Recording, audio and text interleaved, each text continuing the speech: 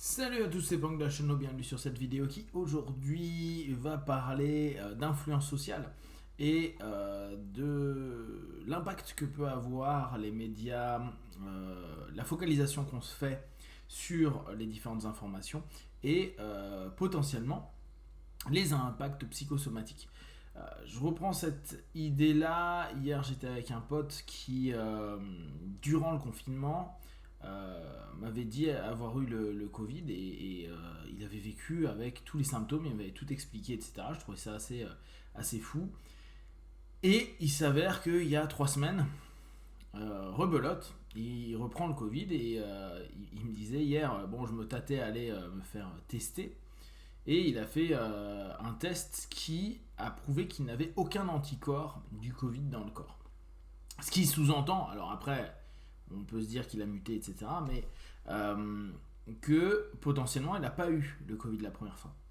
Il est spécialisé dans la psyché, il connaît super bien l'hypnose, et justement, on a commencé à se taper une réflexion dessus, à se dire, mais c'est ouf, ça voudrait dire que potentiellement, sans dire que ça soit que les suggestions, parce que ça se trouve il avait un coup de froid, il était pas bien pour X ou Y raison. Il a développé pendant presque 10 jours un, un état hyper difficile. Je me souviens même, j'étais en train de communiquer avec lui, où à un moment il me dit j'en peux plus, j'ai du mal à respirer, ça devient super dur. Et il avait appelé les urgences peu de temps avant ou peu de temps après, je me souviens plus trop bien. Ce qui veut dire que vraiment, physiologiquement, il y a eu un impact qui était important. Et on s'interrogeait à se dire, est-ce que ça serait possible? Et on sait que c'est possible, hein, ça reste un principe hypnotique où, à partir du moment où on focalise beaucoup sur quelque chose et qu'on sélectionne cette idée-là, il y a de fortes chances qu'on ait un impact. À savoir que si la croyance ou la qualité de l'information qu'on prend, on l'estime comme étant juste et potentiellement vrai, il peut y avoir un vrai enchaînement et des liens de cause à effet qui se créent, quitte à donner physiologiquement des retours. On le sait assez facilement dans l'hypnose de scène, où il y a eu très souvent l'expérience de la cigarette. Tu vas simplement t'écraser une cigarette sur le dos de la main et des personnes développaient une petite rougeur. Donc, ce qui est quand même très intéressant. Alors quand c'est un spectacle d'hypnose, on se dit c'est intéressant, parce que c'est pas forcément hyper drôle, mais intéressant.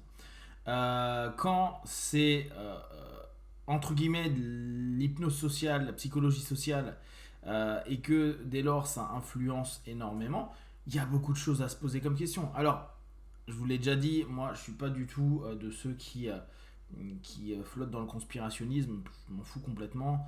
Ce qui m'intéresse, c'est me dire, qu'on le veuille ou non, aujourd'hui, on parle tout le temps de ce Covid. Bon. Mon pote en question, il a un côté super amusant, c'est que quand il se plonge dans un sujet, il est très centre mental, il y va à fond. Mais il y va à fond. Je l'ai eu sur des sujets où il me dit pendant 3 mois, il n'arrêtait pas de lire que sur ça, regarder que des vidéos sur ça, etc., etc. Et sur le Covid, il a fait un peu la même chose. Il s'est ultra informé. Et au départ, on savait pas trop. Et, aujourd'hui non plus d'ailleurs. Donc il y a plein de thèses, plein de théories, plein de suggestions, plein de possibles. Et on retrouve indirectement un langage hypnotique avec il se peut, potentiellement, certaines personnes, il arrive que par moment, etc. Et tout ça, si on ne focus que sur ça, parce qu'on a senti un symptôme, ou en tout cas, ce que nous on va rapprocher d'un symptôme, dès lors on peut commencer à développer un ensemble d'autres symptômes qui pourraient répondre. Et alors dès lors ça fait quoi? Ça démultiplie la suggestion. En gros, on a eu notre fameuse petite graine. La petite graine a commencé à être plantée, puis après à être arrosée, puis elle s'est démultipliée, elle a fait plein d'autres graines, etc., etc. Et ça a créé un vrai monde, plein d'idées à ce niveau-là. De plus, comme il est difficile de s'échapper de l'information à ce sujet-là, Parce que même si on n'ouvre pas un journal ou qu'on n'allume pas la télé, on tombe quand même dessus. On papote avec des potes et c'était il y a 2-3 jours, j'étais avec Dao et on se disait, mais c'est horrible parce que tu as toujours l'impression que tout tourne autour de cette problématique. Alors on parlait de sport, puis d'un coup on a parlé de ah bah oui, mais on peut plus en faire dans tel ou tel secteur parce que. Et boum, ça revient sur Covid.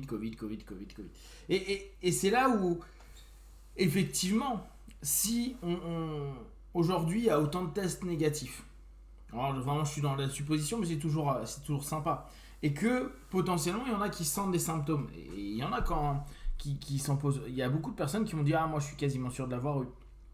Et c'est là où ça peut être sympa d'aller faire un test sanguin, je crois, pour voir si on a les anticorps ou pas. Sachant que aujourd'hui, on sait qu'il y a au niveau des tests, c'est pas ultra fiable. Donc, les gens, ils ont pu développer d'une certaine manière, voire même créer, avec l'ensemble des listings de symptômes, l'équivalent à un moment donné. Or, on sait que dans l'histoire, c'est arrivé de créer ou de se créer des maux, des maladies, des malaises, des mal-être, ou au contraire, des moments où ça faisait du bien. Là, je suis en train de réfléchir à une histoire, alors je sais plus où je l'avais lu, mais qui était liée à des tests qu'ils avaient fait avec des placebos, et où une personne qui avait une maladie était sûre que c'était le nouveau médicament qui allait sauver tel ou tel truc. Il y a eu un mieux-être à tout niveau, tous les symptômes ont diminué. Pourtant, c'était une maladie dite incurable à ce moment-là. Et le moment où il a appris par x, y raison que c'était un placebo, tous les symptômes sont revenus. Ce qui prouve quand même qu'on a, ça on le sait, il n'y a pas besoin de le prouver trop, que l'impact de la pensée sur le corps est indéniable. Mais ça peut nous emmener jusqu'à des points aussi importants que apaiser des symptômes très importants de certaines problématiques, ou en contraire nous créer des symptômes similaires sans avoir potentiellement le virus ou le même virus. Parce que ça se trouve, mon pote avait eu à ce moment-là, je dis n'importe quoi, un rhume ou une grippe qui n'était pas du tout lié à ça.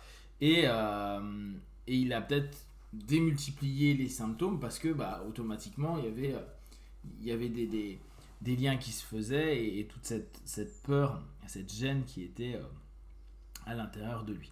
Donc, ce qui nous laisse à penser et à repenser, ce que je vous disais il y a quelques temps, alors soit de faire le test, de vivre constamment dans votre transe en diminuant le facteur de jugement, ça c'est un type de test, soit, ce que je vous conseillais encore avant, de dire ok, il y a un moment ou un autre, faut se rendre compte que juger c'est bien, avoir un facteur de jugement est quelque chose d'utile, facteur critique pour la sémantique anglo-saxonne, et ne pas hésiter à l'être le plus possible, à savoir que c'est pas pour faire des débats avec les autres personnes ou montrer que vous avez plus ou moins raison qu'eux, c'est simplement pour voir comment vous pouvez un peu vous protéger, parce que n'oublions pas, c'est pas parce que on se dit pas que quelque chose qui existe n'existe pas. Ouais, là ça a été super mal dit. En gros, c'est pas parce que quelque chose qui existe on le nie que pour autant on n'aura pas l'impact de cette chose-là. Ça c'est complètement faux. L'intérêt du facteur critique, c'est justement éviter non pas la réalité, ou en tout cas s'il y a réellement ce virus qui vous impacte et que vous êtes sensible à ça, vous aurez le pathos.